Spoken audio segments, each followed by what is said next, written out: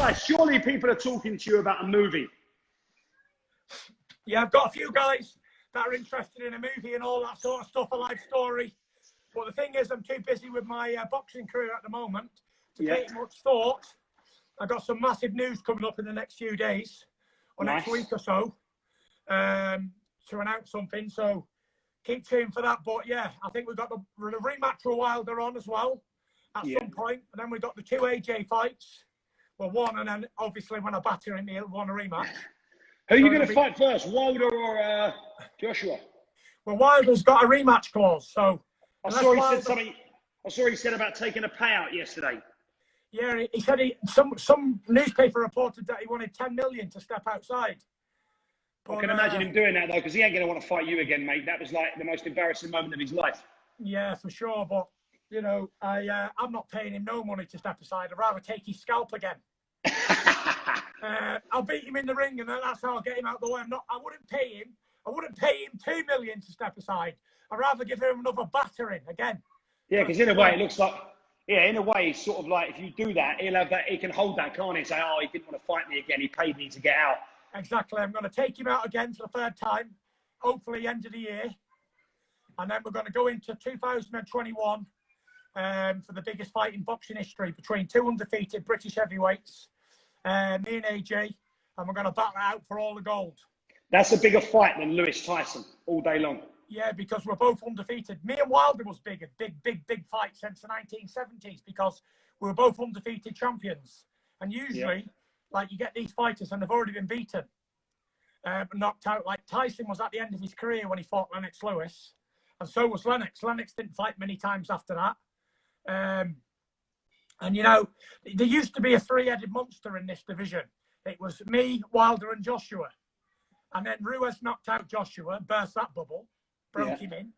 And then I broke in the Bronze Bomber. And then 3 became 2, 2 became 1. And now I'm a standalone soldier. All day long. All day long. They all need to come through me now.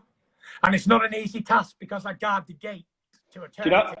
Do you know what's annoying, though? Because you've probably only got now, as you say, all you need is to defeat Wilder again, do Joshua twice, and then you might not need to go on after that. But just as it's getting electrifyingly exciting with you and as you fucking touch all records, we might have, 3 years left, maybe? Do you know what? I've been thinking about it, and initially I had 3 fights left on me contract. I got 2 fights left on it now. I got Wilder and Joshua. So, but I'm just going to keep going because there's nothing else to do, is there really?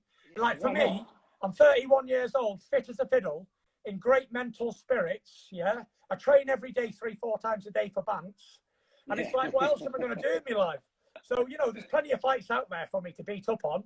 You know, you got Dylan White, you got Jarrell Miller, you got Pulev, you got Ruiz, you got Ortiz, you got Dubois, you got Joyce. There's loads. There's Elfed Jagba, the big Nigerian Olympian.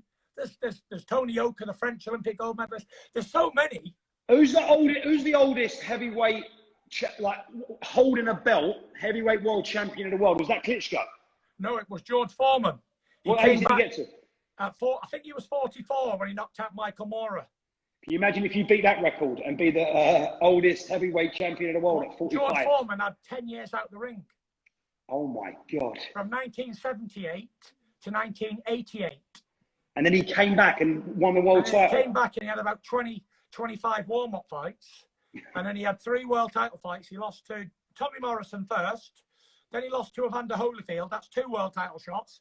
Then he finally got a 3rd one and he knocked out Michael Moorer. Became the oldest heavyweight champion in history. That is unreal. That is unreal. And then he beat the German Axel Schultz in a highly controversial decision on points. And then he lost the belt to Shannon Briggs in a highly controversial decision because 90% of people thought George Foreman deserved to beat Shannon Briggs even at that age. Yeah. And Shannon Briggs then became the lineal heavyweight champion. Shannon Briggs, what a character he is. He is. He's an inspiration because the guy's in unbelievable shape for his age. Absolutely shocking. And the motivation he gives me. I took so much motivation from Shannon in this comeback. You know, I'm thinking if a guy of his age, he's got to be the same age as Lewis and Tyson and all them, like he's got to be early 50s or whatever. when he's in absolutely shredded shape. And still wants to fight. Yeah, it's crazy. I love the guy. Absolutely love him. Would you fight him? You know what? I might have an exhibition with him, but I wouldn't fight him because, to be honest with you, where do we get off beating up on guys like 50 years old?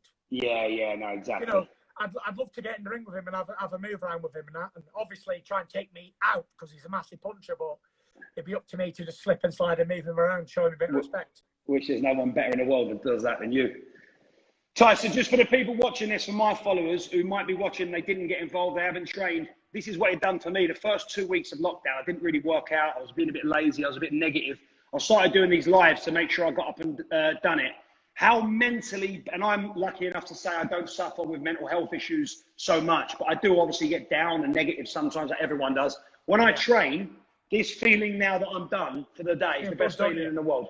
Yeah. Best feeling in the world. What happens is it releases an endorphin in your brain. It's a feel-good factor.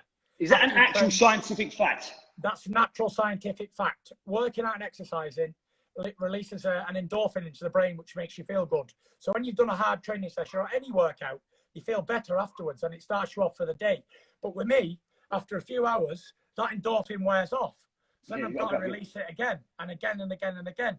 So I'm trying to release that endorphin 3-4 times a day to get me through the days. Well, that's a good thing in the long run, isn't it? You'll be fit as a fiddle. Yeah, I'll be fit like you one day, Mark. Yeah, all right, mate. I tell you what, mate, you didn't give us any easy exercises there. You went for it. No, I actually, mate. And look who I'm with. I couldn't let myself down in front of you. I didn't know what to expect. For all the people out there who are thinking like, did he set it up or whatever? I didn't know what to expect. I was just going to go with the flow, and I really enjoyed it. It was a really tough workout. Congratulations. Tyson, thank you so much. Honestly, a busy man that you are, we all love you so much. And just thanks so much for coming on. You're an inspiration to everyone, honestly. And I'll be at every one of your next fights, guaranteed. That'll do, Mark. All the best. Tyson, love to the family, mate. Stay safe. Yeah, love to the family, mate. Stay safe. You, mate. All the best. Bye. Bye-bye.